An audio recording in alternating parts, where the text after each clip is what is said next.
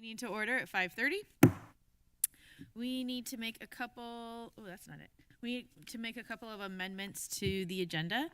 So the first is item 8D. We have an updated certificated PARS. There was a couple headings and people under incorrect headings, so that has all been updated.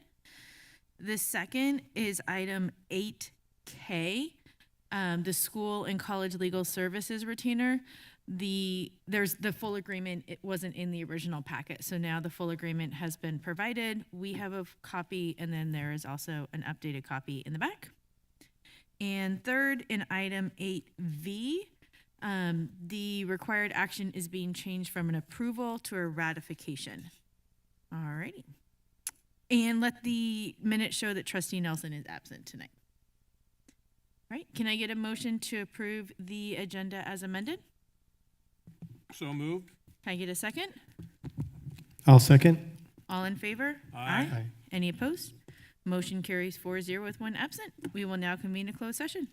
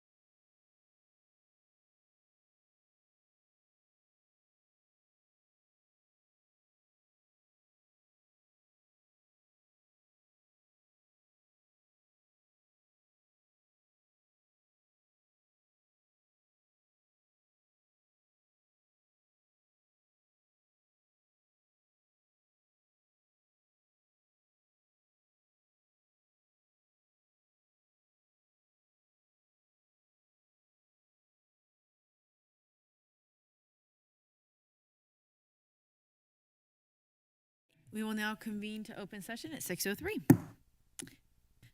We will now move to item 4A, approval of the amendment to the employee agreement for the superintendent. Before we take any action or discuss this item, in accordance with California Government Code Section 54953C3, I will now provide a brief oral summary of the recommendations regarding the salary and compensation changes in this amendment. The proposed amendment makes the following adjustments to the superintendent's employment agreement. The superintendent's annual base salary will be moved to step 4 of her current contract, bringing the new annual base salary to $264,801, effective July 1st, 2026. The amendment adjustments also include adding in master's and education EDD stipend, and the term of the agreement is extended by 2 years to expire on June 30th, 2030. Are there any discussions or comments about the changes? All right. Can I get a motion to approve the amendment to employee agreement for superintendent? So moved. Can I get a second? I'll second. Roll call?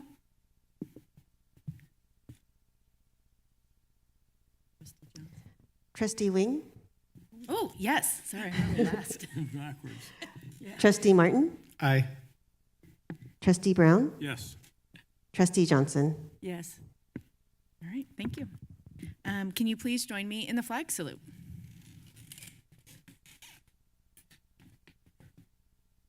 I pledge allegiance To the flag of the United States of America and to the republic for which it stands, one nation, under God, indivisible, with liberty and justice for all.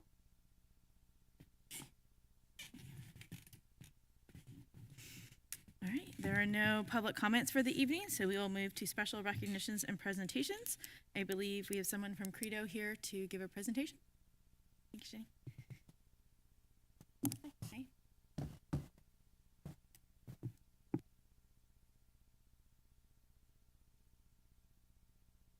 Oh, no.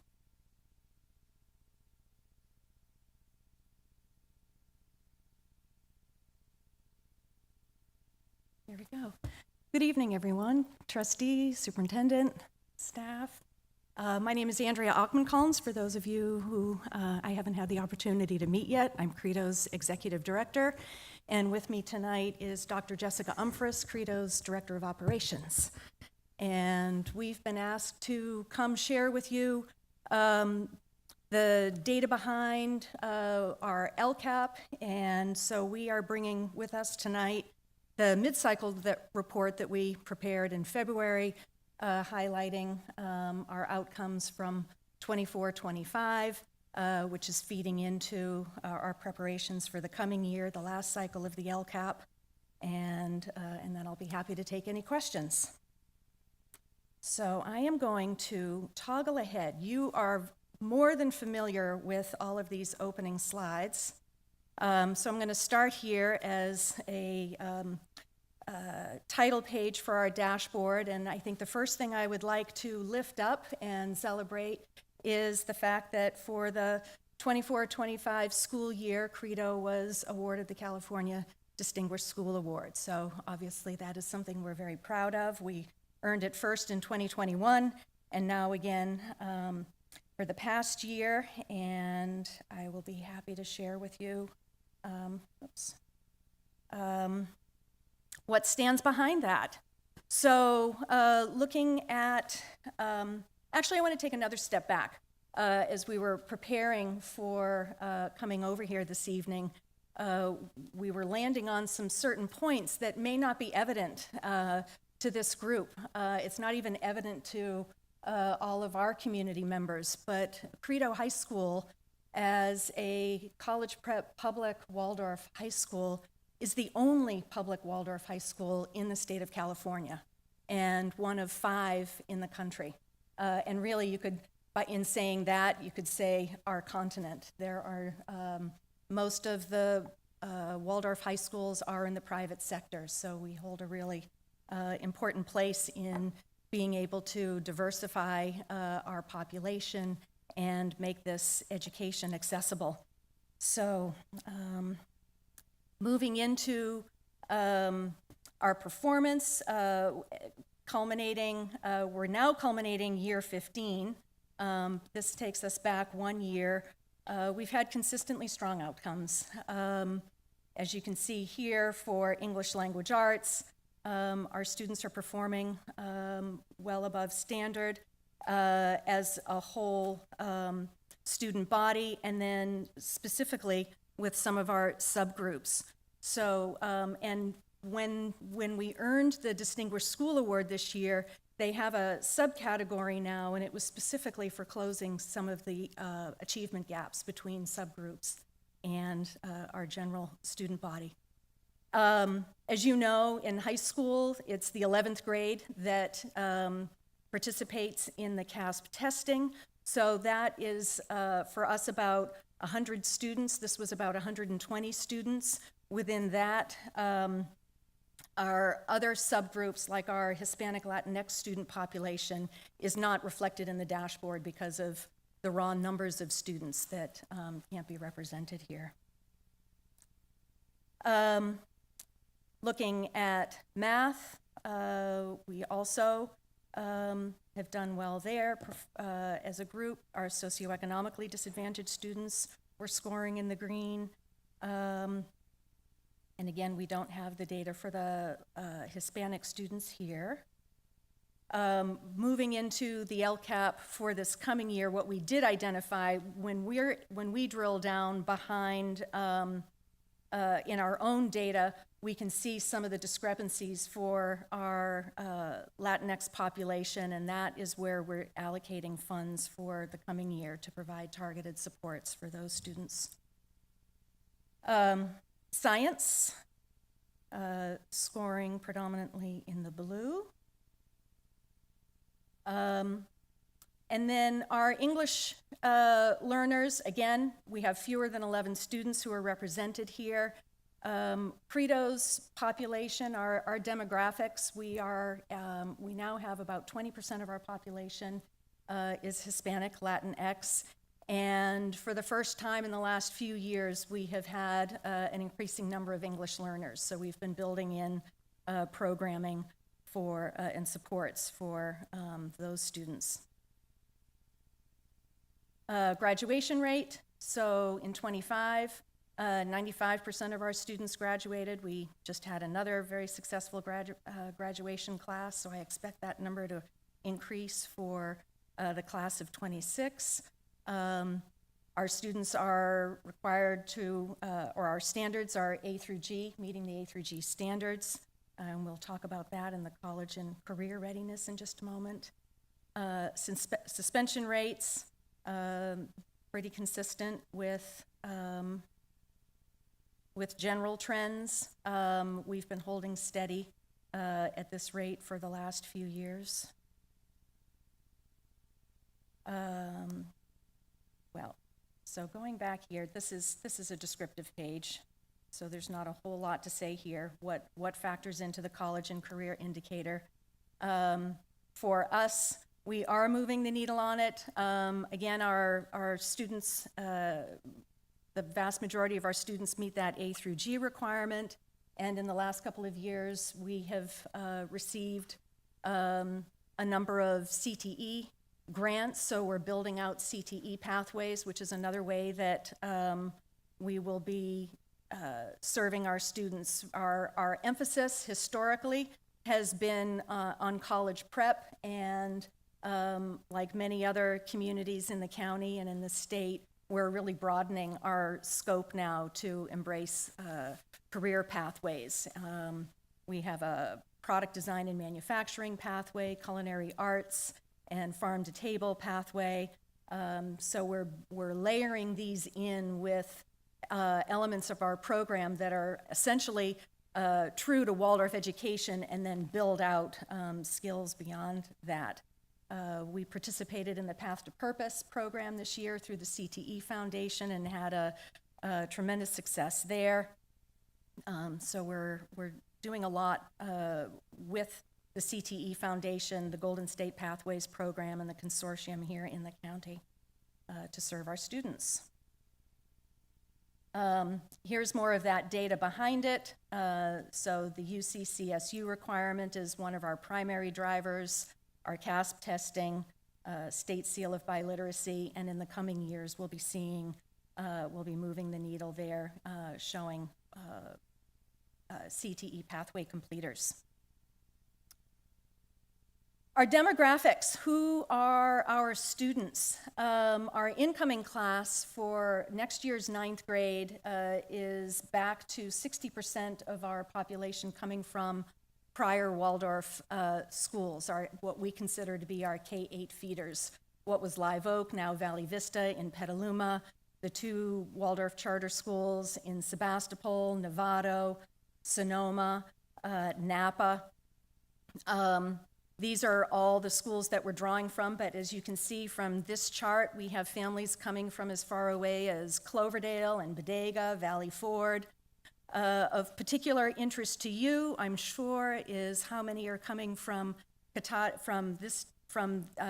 within the district boundaries here, Cotati-Rohnert Park. So just about 20% of our students live within the Cotati-Rohnert Park boundaries.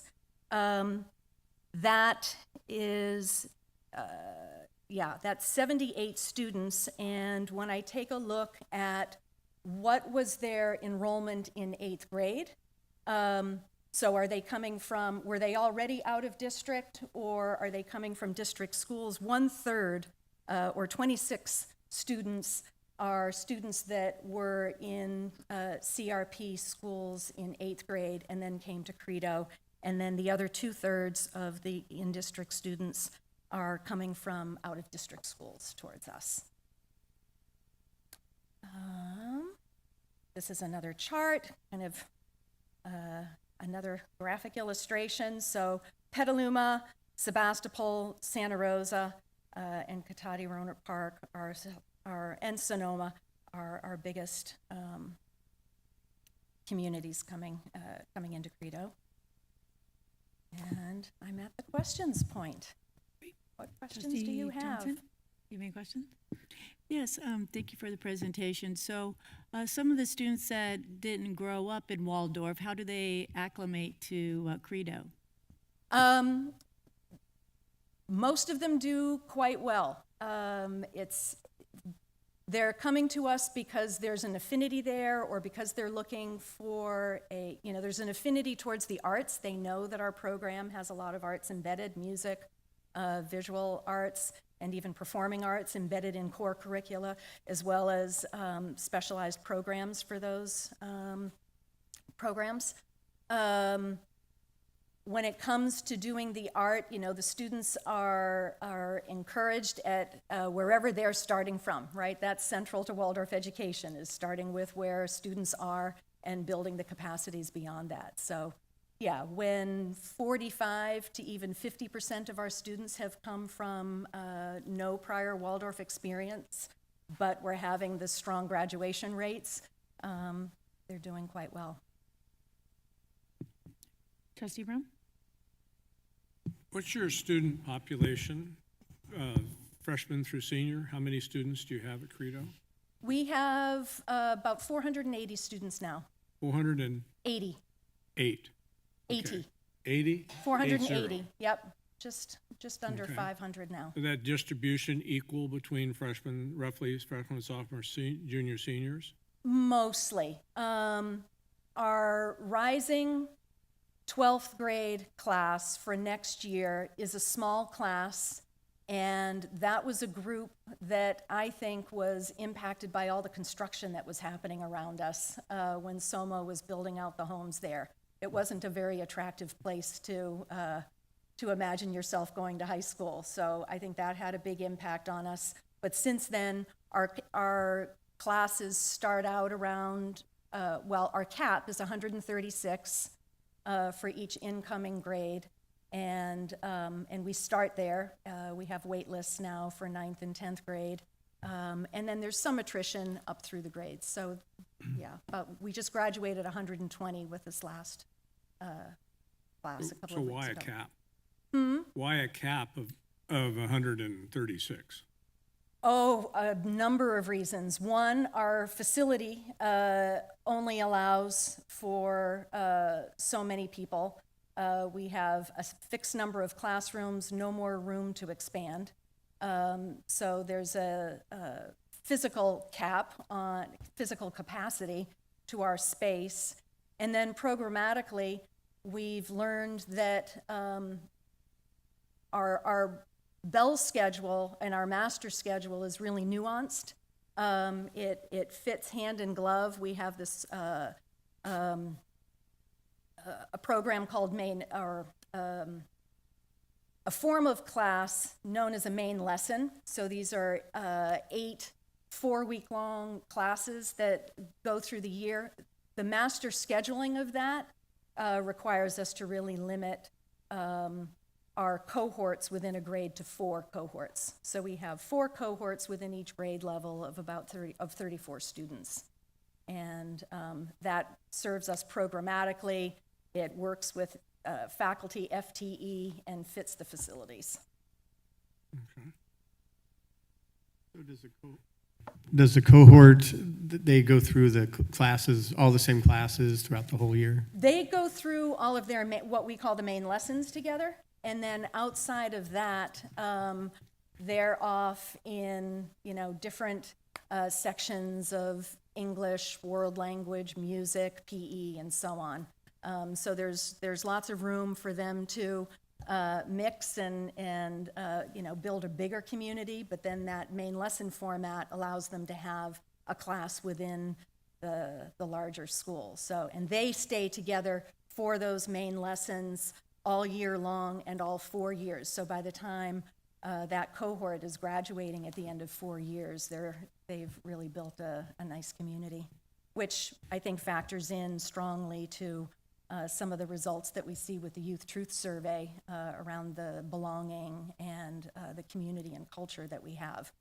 Having a school of just under 500 students and then these cohorts within each grade is a built-in, is a structure that really supports people getting to know each other well.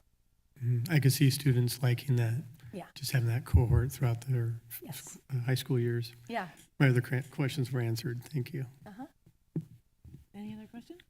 I'll ask after you're done. I'm done. You're done. Yeah, one more question. So your scores are excellent in the various categories. Is that attributed to the type of student that you're getting?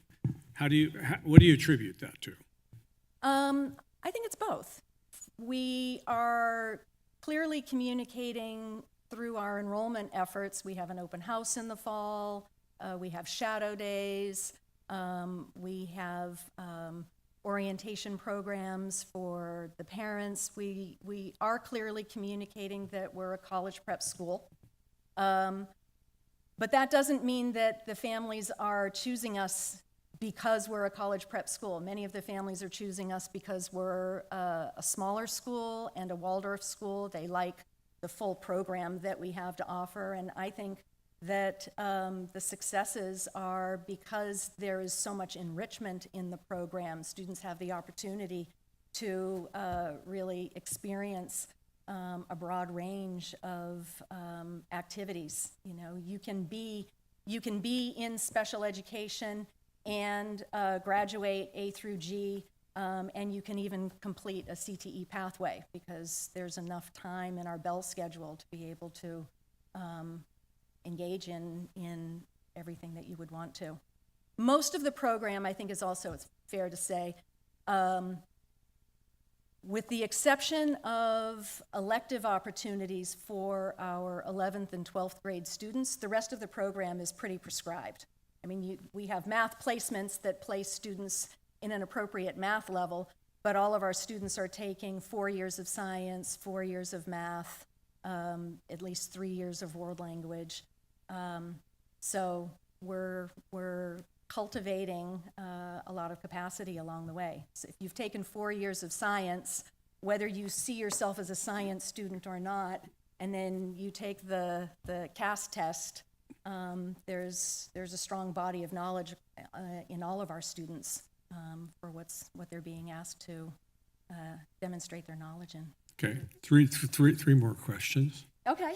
I was one of your main supporters I know that very well. Thank to you. establish that. But at the same time, I like to see all kids have the opportunity and but I might have a bias that think that your students have more parental support than maybe our students or the students in general. Because coming from Waldorf, there's a dedication for parents to participate in schools. I think you have the luxury of getting a more, I could be wrong, but more parent involvement than we're able to get. You know, we're always, you know, how do you get parents involved?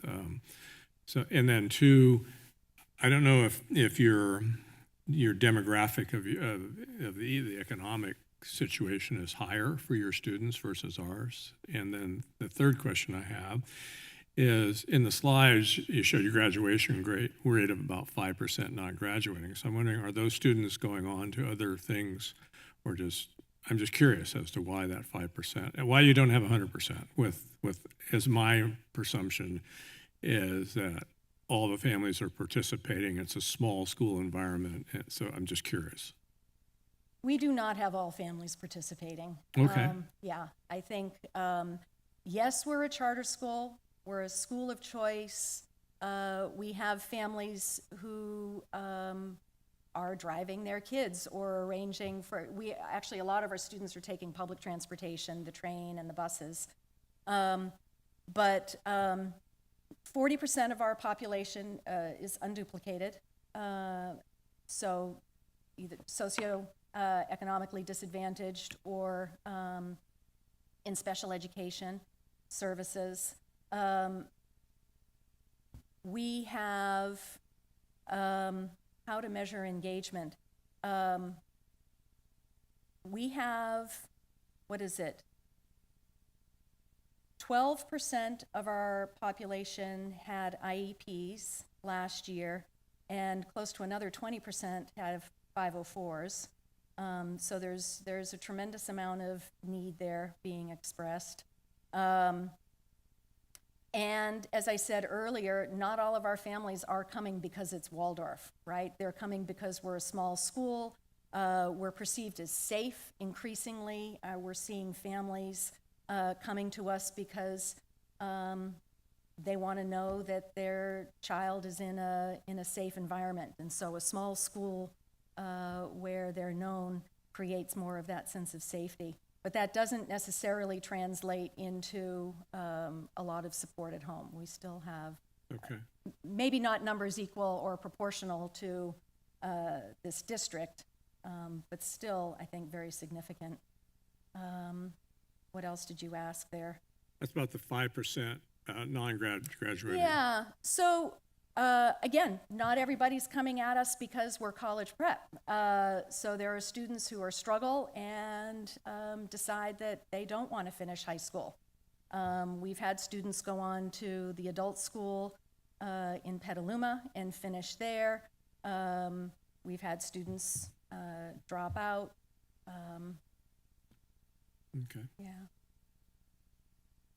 I think that's it for me. Hi, Andrea. I have a question, and you don't have to answer it now because but I'm curious about, I'm coming from a student service, was my jam with student services, is I'm noticing the disproportionality between your Latino suspension rate and your white suspension rate. And I'm wondering if you've had a chance to dig into that a bit, and you don't have to answer it now. We could talk about it later, but Sure. it's just I'm curious about that. Yeah, no, we are very much digging into it. Okay. Yeah. Maybe we can talk about that later, but I'd happy be to. curious to hear what's happening there. And then I just want to thank you for coming and thank you. Thanks for sharing the the information with us. So thank you very much. All right.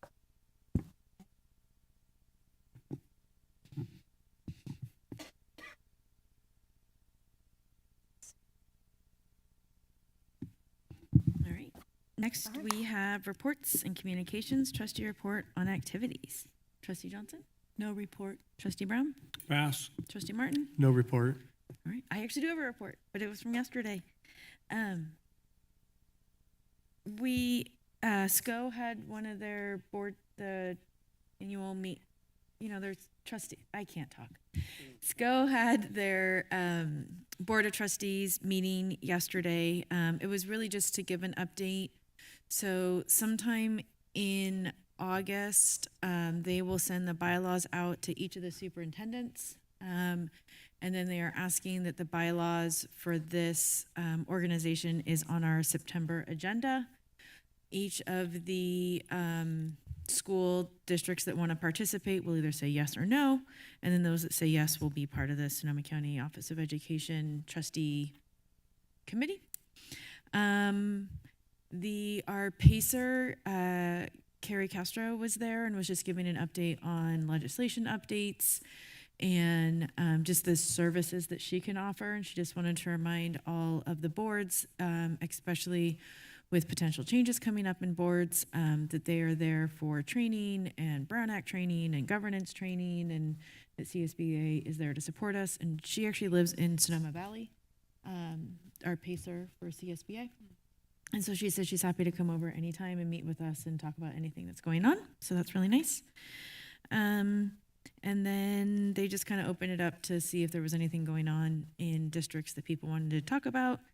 And I think everyone is just tired and done, so that didn't last very long.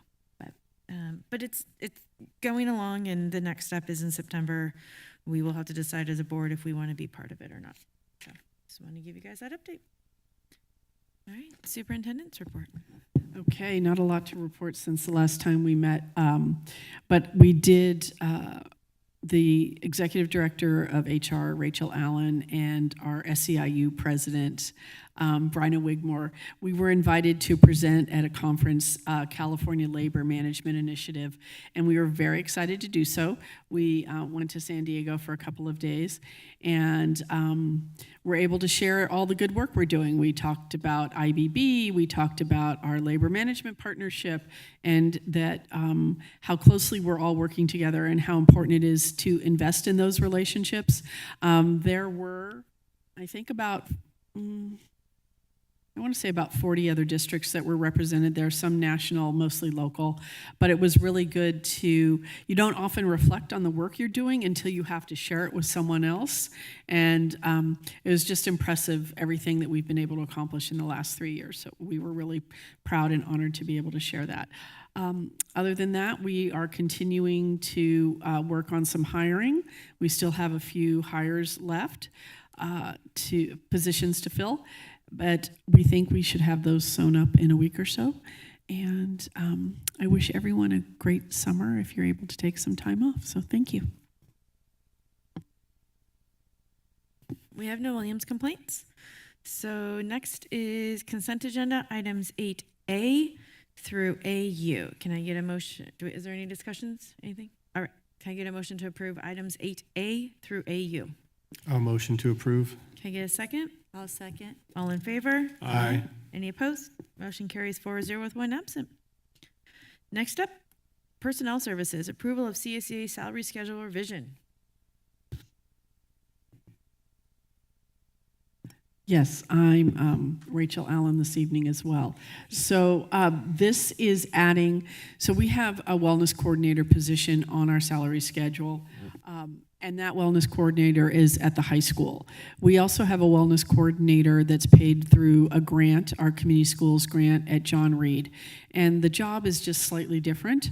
So we had brought forward a new job description at our last meeting, and now we have added the budget line on our salary schedule for community schools wellness coordinator. There's no increase in salary or no change in salary. It's just making sure that that name is recognized on the salary schedule. And we are asking for your approval. All right. Any questions? All right. Can I get a motion to approve the CSEA salary schedule revision? I move. Can I get a second? I'll second. All in favor? Aye. Any opposed? Motion carries 4-0. Approval of CSEA impact of layoff for the 26-27 MOU. Yes, we did have to lay off some CSEA positions, and this guarantees rehiring for 39 months, and we're asking for your approval of this MOU with CSEA. All right. Any questions? Can I get a motion to approve the CSEA impact of layoff for 26-27 MOU? I'll motion to approve. Can I get a second? I'll second. All in favor? Aye. Any opposed? Motion carries 4-0. Educational services, approval of extreme weather safety compliance protocol. Thank you. This is in support of SB 1248, which is Yaha Shuri's law, requiring all K through 12 districts to have a board-adopted safety policy. So this outlines what we'll do in different situations with extreme weather. And we ask you to approve it. Any questions or comments? All right, can I get a motion to approve the extreme weather safety compliance protocol? So moved. Can I get a second? I'll second. All in favor? Aye. Any opposed? Motion carries 4-0. Approval of Proposition 28, it's Arts and Music in Schools Funding Annual Report Fiscal Year 25-26. Thank you. This is the annual report for our Proposition 28 funding and how we spent it. It's a requirement that we have to do every year to indicate how we've used the money in terms of how many FTE we've spent it on and other things like that that we've used the money for. So we ask you to approve this annual report. Any questions? All right, can I get a motion to approve the Proposition 28 Arts and Music in Schools Funding Annual Report? I'll motion to approve. Can I get a second? I'll second. All in favor? Aye. Any opposed? Motion carries 4-0. Next up, Resolution 2638, requesting fund transfer from Sonoma County Treasurer under Article 16, Section 6 of the state constitution. This resolution allows us to take a loan from the county if needed throughout the year when our cash is low or negative, and it's backed up by our property tax assumptions for the school year. So it's just a cash flow problem? Yeah. Okay. Do we take a loan, do they charge us interest or no? Yes. All right. Any other questions? But they don't charge unless we take the loan, right? Correct. Okay. What bank do you know of that charges you interest on something you haven't taken? I mean, it is school district, so it could happen that way. I don't know. Consider our playing field. Can I get a motion to approve Resolution 2026-38, requesting fund transfer from Sonoma County Treasurer under Article 16, Section 6 of the state constitution? So moved. Can I get a second? I'll second. Roll call? Trustee Wing, Yes. Trustee Martin, Aye. Trustee Brown, Yes. Trustee Johnson. Yes. All right. Board Services, Fiscal Update and Planning. Master of Coin? Yes, so the final, well, not final, but the end of month for May 2026 enrollment report is included in the update. We had a net negative of 6 students leave. 2 of them were early grads and the 4 moved away. Awesome. All right. Adoption of Local Control Accountability Plan for the 26-27 year. Dr. So, Fields? At our last meeting, we reviewed the LCAP, and tonight we ask that you approve it. And it's part of our annual process of approving the LCAP, which is our plan that we build over the year. And so tonight we ask that you approve that plan. And we're going into the last year of the 3-year cycle, right? That's correct. Awesome. Any questions?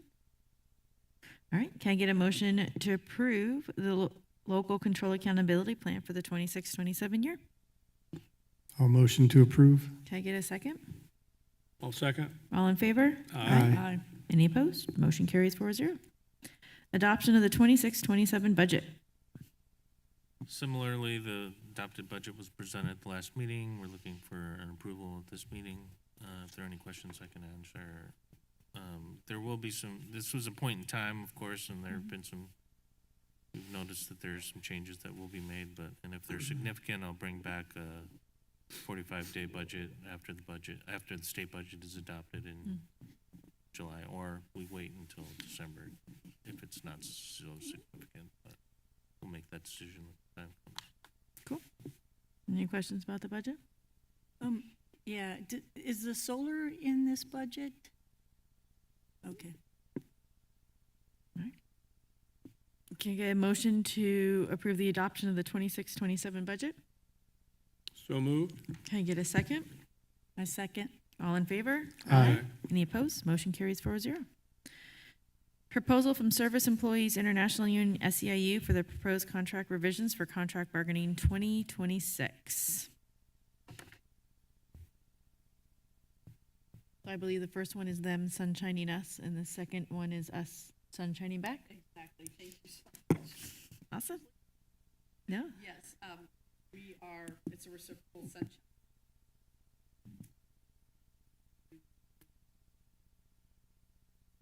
Not on, sorry. Article 5, 7, and 8, employee rights evaluations, wages, health, and welfare. Great. Any other discussions about that? All right. Item F, approval of the RIPSIA MOU extended school year 2026. So we had, this is with an individual teacher who we are having to add some time to her workload because she's teaching extended year. And one of her caseload is on home hospital and requiring additional support. Okay. Any questions? All right, approval of the RIPSIA MOU extended school year 2026. Can I get a motion? I'll motion to approve. Can I get a second? I'll second. All in favor? Aye. Motion approves 4-0. Resolution 2026-39, approving the district spending plan for education protection account funds for the 26-27. This is an annual approval for the education protection account, and it's just important to remember that EPA funds do not represent new revenue to the district. They're just a portion of the local control funding formula revenue to which the district is entitled. Our specific plan is to charge the whole amount to instructional salary and benefits of the general fund, general education teachers of each school site to this money. Great. Any questions? Yeah, so that was a proposition that was passed years ago? Yes. What And was it's up that, again, 55? 50 and 55. 50 and 55. I forget which one it exactly was, but it was one of those. Okay, gotcha, yeah. And I it's saw up it in- again. It'll be up again in November. Oh, really? Yeah, so Okay. we should, well, I can't probably say. Needs to be supported. Totally, yeah. Thank you. All right. Can I get a motion to approve resolution 2026-39, approving the district spending plan for ed protection account funds? So moved. Can I get a second? I second. Roll call? Trustee Wing, Yes. Trustee Martin, Aye. Trustee Brown, Yes. Trustee Johnson. Yes. All right, resolution 2026-40, in the matter of school and classroom capacity limits for purposes of granting or denying an interdistrict transfer request. Yes, we have to determine what our class capacity is when we have requests coming for students outside of our, outside of the Cotati Rohnert Park attendance area. And this is asking for your approval to be able, for us to set those limits. Any questions? All right, can I get a motion to approve resolution 2026-40 in the matter of school and classroom capacity limits for purposes of granting or denying interdistrict transfers? I move. Can I get a second? I'll second. Roll call? Trustee Wing, Yes. Trustee Martin, Aye. Trustee Brown, Yes. Trustee Johnson. Yes. Acceptance of gifts and donations. So this is a very exciting report. Our partners at the Ed Foundation have contributed $9,400, $20,007, $78,172. So all of their fundraising effort, and many of those are, most of those, actually, I think all of them are teacher grants, with the exception of one of them, which is supporting a district-wide initiative for our secondaries. So I just really want to express our sincere gratitude to Vera and Dan and their whole team. They work so hard, and just very appreciative of everything they've done to support us. And then the last one is America Online Giving Foundation of $2,000 to Marguerite Hahn for a total of $109,579.25. Awesome. Thank you, everyone. We appreciate it. Can I get a motion to approve the gifts and donations to schools and district? I move. Can I get a second? I'll second. All in favor? Aye. Any opposed? Motion carries 4-0. Any future business and agenda items? With that, we will adjourn the last meeting of the school year at 6:43.